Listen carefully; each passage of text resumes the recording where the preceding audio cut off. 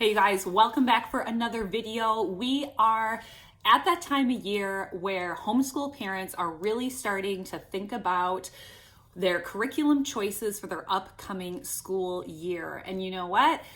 I have 6 really important points that I want you to think about. So in this video, I am not sharing homeschool curriculum. I am trying to get you to think about some really important points prior to spending the all-time consuming hours, days, sometimes weeks, evaluating and considering homeschool curriculum for this coming year. I really do not want new homeschool parents to get overwhelmed by the process of choosing homeschool curriculum, or maybe the lack thereof of choosing curriculum. But if you are an experienced homeschool parent, you're probably not even thinking about next school year yet. You're probably just thinking like, we got to get through the rest of the school year. We're right at the tail end. We're starting to fizzle out, but we may still want to do some research on some different curriculums or going in different directions. So again, here are my 6 points that I really want you to think about prior to really deciding on a specific curriculum for your family in this coming school year. So get a pen and paper, pause this video, get a pen and paper.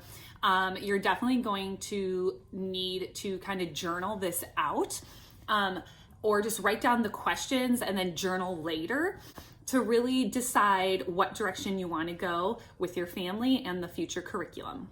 So the very first point I have is there is no right time or right month to purchase homeschool curriculum. I did make a video last year that I can link below in the description box of how to get the best deals on your curriculum once you've decided. But ultimately, there is no magical time of year, month for you to purchase your curriculum. You need your curriculum when you need your curriculum. Think about maybe only purchasing curriculum 1 quarter or 1 semester in advance, especially if you have younger kids or maybe some middle schoolers with some challenges. Not every curriculum is going to fit every single child. I've certainly made changes over the last several years with my kids because every single child is different. So don't get all frazzled and worked up about, oh, this company that I really want to buy my math curriculum from is having a big sale here in the spring. But guess what? They're going to have sales in the summer. They're going to have them in the fall. They have them through the winter. There are always sales. And so don't feel pressured to buy all your stuff over the summer or maybe in the spring when there is a big sale. Really evaluate and think about only purchasing when you actually need it. And that'll definitely ease up on your budget too. So you're not dropping hundreds of dollars or thousands of dollars. If you have a really large family, you can just say, you know what? This curriculum, we didn't finish it this year and we're going to start it back up in the fall, but I don't need the next book just yet. When we know we're going to be right at the end, I'll make that purchase maybe 2 or 3 weeks prior to actually finishing that book. So don't tie yourself down to full year curriculum choices. Kids change, your life circumstance change, and maybe it might be a better fit to make your purchases as you go through the year. So consider that. All right, my second point is, do you have a vision? Do you know how you want your homeschool to be? Every family is super duper unique. And so what my vision for my homeschool definitely is not the vision that maybe like my sister-in-law has for her homeschool. So really think about your vision. So this is my vision. I wrote it down here. Relaxed, consistent, with an emphasis on God, living in quality books, and interest-led learning. Okay, so that is my vision for my homeschool, for it to be relaxed consistency with an emphasis on God and reading aloud, living in high quality books, and then definitely allowing my kids to have say in their education through their interests. So that's my vision for my homeschool. So really hone in on what your vision is for your homeschool. Maybe you're more traditional and you like the idea of desks and you're the teacher and you're going through the curriculum, how it's laid out. There's nothing wrong with that. Maybe you are completely unschooling and you just, once again, interest led and then nurturing your children in that. Or maybe you fall somewhere in between. Really hone in on what your vision is, and then you can make the curriculum choices, or maybe not the curriculum choices that you want for your family. So again, your curriculum, your vision, not your curriculum, your vision needs to guide the curriculum that you choose. So no one else should be telling you what you should buy. I'm certainly not telling you what you should buy. Just allow your values and the culture of your family to dictate what happens in your homeschool. So with my vision, I am not going to be picking really rigorous curriculum. I'm not going to pick out tons of secular curriculum. It's going to be leading us towards God.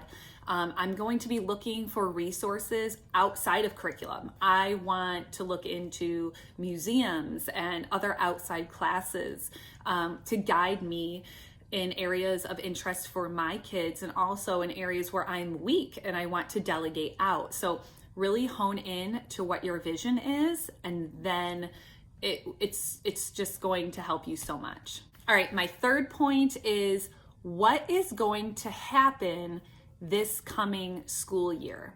Now, there is so much that we can't anticipate and predict, but there are things in our life that we know are going to happen. And so we need to literally write down the big events that we know that are happening in this coming school year, so then we can plan around it.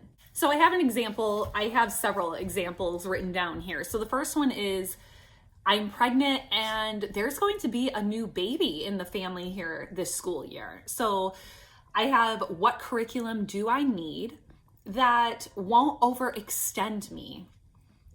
What is the minimum that I can do this year where I'm going to feel like we are succeeding? Is that only math? Is that only language arts? You're going to be sleep deprived. And yes, we can predict and we know that that's going to be coming, but what can I plan that curriculum to be? What's the bare minimum so I know that my kids are at least succeeding in these small areas in this very short season? Another thing, are you moving in the next year, in this next coming school year? Are you going to have a big job change? Think about that. If this is you, what are you going to need to cut out to make sure that you're going to have success with whatever homeschool curriculum options that you're choosing? Another thing to think about, what if the budget is really, really tight and you're trying to pay off debt? Do you need absolutely everything right now? Do you need to make that massive purchase in the spring or in the fall? Or could you slowly add things in or pull back on a few areas for maybe this school year and only focus on math, LA, some amazing read alouds, or maybe pull back on some sports or extracurricular activities? Really think about that. Another thing to think about, what if you know coming up this school year that your kids are going to be in some really intense sports? Like maybe they're in like traveling leagues, or just they're in a lot of activities, and you really need to choose curriculum that isn't going to be that intense. That's going to be very rigorous. That's going to spend a ton of time. Maybe you're going to be really stressed out.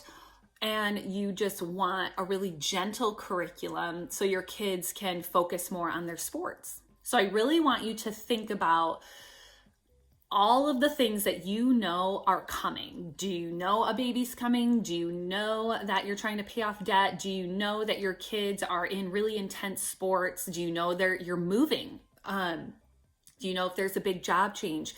And really think about what you can truly handle in this season, and definitely make your choices accordingly. So definitely do not be a slave to your curriculum. I've said that in previous videos. The curriculum needs to work with you and what's happening in your real life. My fourth point is, what can you 100% commit to each and every day in your homeschool? Like, really think about that. What can you commit to each and every day in your homeschool?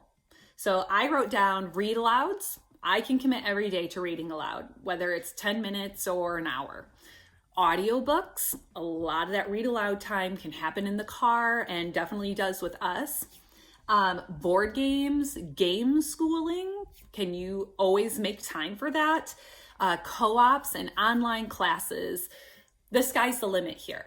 Just know yourself and your limits. What do you truly know that you can commit to each and every day? So right now in my homeschool, I know that each and every day I can commit to my table time and the things that revolve around my table time in the morning. I know that I can do my read alouds that are after my table time, and I always know that I can get to math and my LA with my kids every single day. That's my minimal viable day. So what is the bare minimum that you know, no matter what, you can get to and commit to that? So you always know this is the most important stuff and I can always get to this. Maybe you know that you have a crazy situation happening this coming school year. And trust me, we're all going through it, whether it's something really serious like cancer in the family or a new baby, whatever. But maybe you just have to be real with yourself and say, I can't commit to any curriculum this school year. I just can't. We have too much going on. We are in crisis mode. And maybe you just need to allow your kids to read, watch quality television, YouTube, and just write about what they read, like little summaries, narrations of what they read or watch on TV. You need them to play outside every single day and just be 100% interest-led. Maybe that has to be you this year. Maybe you know you can't consistently sit down and actually do a curriculum. And you know what? There's nothing wrong with that.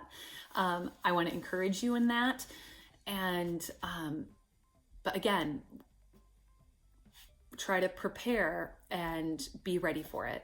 So the fifth point I really want you to think about and ponder about is, what truly did work this school year?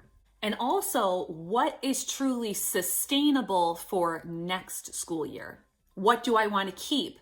What do I want to get rid of? What do I need to pull away from? For example, in my house, what did work for us, my master books math curriculum, the math lessons for living education, we've never done any other math curriculum. I've never explored any other math curriculum ever. And that is because it is working. We rock it. It is simple. It is easy. My kids love it. And there is no reason to be looking anywhere else. That is always working. Also, our table time with our handwriting, our devotionals, our read alouds, our other little things that we throw in to our morning table time, it totally works. I'm not changing it or anything. Like, I know that it works. I can stick with it. I'm keeping it. But also think on the flip side, what didn't work for you this year? So think about what did work. What were you consistent with? What worked very well? Don't change it. Just keep going. If you know that in this coming school year, you can keep that going, don't change it. Don't reinvent the wheel. but also think about what did not work for you this coming school year. So I have written down for myself in my school that teaching more than math and LA in our daily homeschool with our table time just doesn't happen. Like, I don't have any more capacity mentally, emotionally, to add more into our days. I need a co-op or online classes or classes from a museum to really bring a spark to our homeschool. I personally know for myself, I do not want to teach all the subjects. I want to allow my children to learn from other people, to get different experiences. And so I just know I have math, I have LA, I have read alouds, I have devotionals, handwriting, occasionally here and there, a tad bit of science, and some with our read alouds with history and stuff. But I know for myself, I don't want to teach all the subjects, and I have the capacity to delegate that out to other people. So I need a co-op and I need other outside resources. So try to figure that out for yourself. What is working in your homeschool, but also on the flip side, what's not working, and really pinpoint what's not working and why. So my sixth point and my final point is, what did my current curriculum not provide for us this year? What do I wish I have had more of? What do I wish I had more of? An example would be, I wish my older children were more independent in their work, and this particular curriculum was really teacher intensive. Another example would be, I absolutely loved my reading curriculum, but the reading choices that came with the curriculum did not fit my child's style or their needs. So will I be able to substitute my child's reading choices in with that curriculum? Again, really think about what worked in your curriculum and what didn't work in your curriculum. So maybe you love your LA, but the easy readers or whatever that came with it, your child's like, these are boring, these are lame, I don't like them. Make the curriculum work for you. Doesn't mean that you have to throw out that entire curriculum. Maybe it just means, you know what, maybe you need to just head to the library and you need to go get some books that your child can read on their level and are going to love, and we're just going to plug those in instead. Now, sometimes you do have to just throw away the curriculum altogether, and that definitely breaks a homeschool parent's heart, because you're you're throwing away money, or you think like, maybe I could save it for another child down the line, and maybe you can, because every child's different. But sometimes you do have to just throw it away and start fresh because it just didn't work. But also think about, there's nothing wrong with tweaking your curriculum to make it work for that child, or building upon that curriculum so it just works and flows with your family better. So really think about, what did not work with my curriculum this year, but could you tweak it, change it before considering tossing it all out? All right, you guys, so let's summarize super fast the 6 tips before you buy your curriculum this year. Number 1, do not fall into the peer pressure of buying early or maybe for the full entire year. There is no specific time that is the right time to buy your curriculum. Number 2, have a vision for your homeschool. Once you have your vision, does it fit your style and the feeling and the culture that you want in your home? Number 3, write down what is coming in what is happening in your life this coming school year. Are you having a baby? Are you moving? Are you paying off debt? All those things. Write down exactly what you know is coming this school year. 4, what can you 100% commit to this school year? What do you know that you can consistently do every single time? Number 5, what did work this year in your homeschool? Can you carry that into the next school year? And number 6, what current curriculum are we using that did not serve my child? Be very specific about what did not work in that curriculum and try to tweak it, change it, or just get rid of it altogether. All right, you guys, I truly hope this video helps you on your marathon of homeschooling. If you are an experienced homeschooler, no 2 years are exactly alike. And if you truly know that this could help another homeschooling parent, please share it, email it, text it, just share it out. I am here to try to serve you guys to the very best of my ability. And if you have any comments or questions, please don't hesitate to ask. Put it down in the description box and give this video a thumbs up. We will see you in the next video. Bye.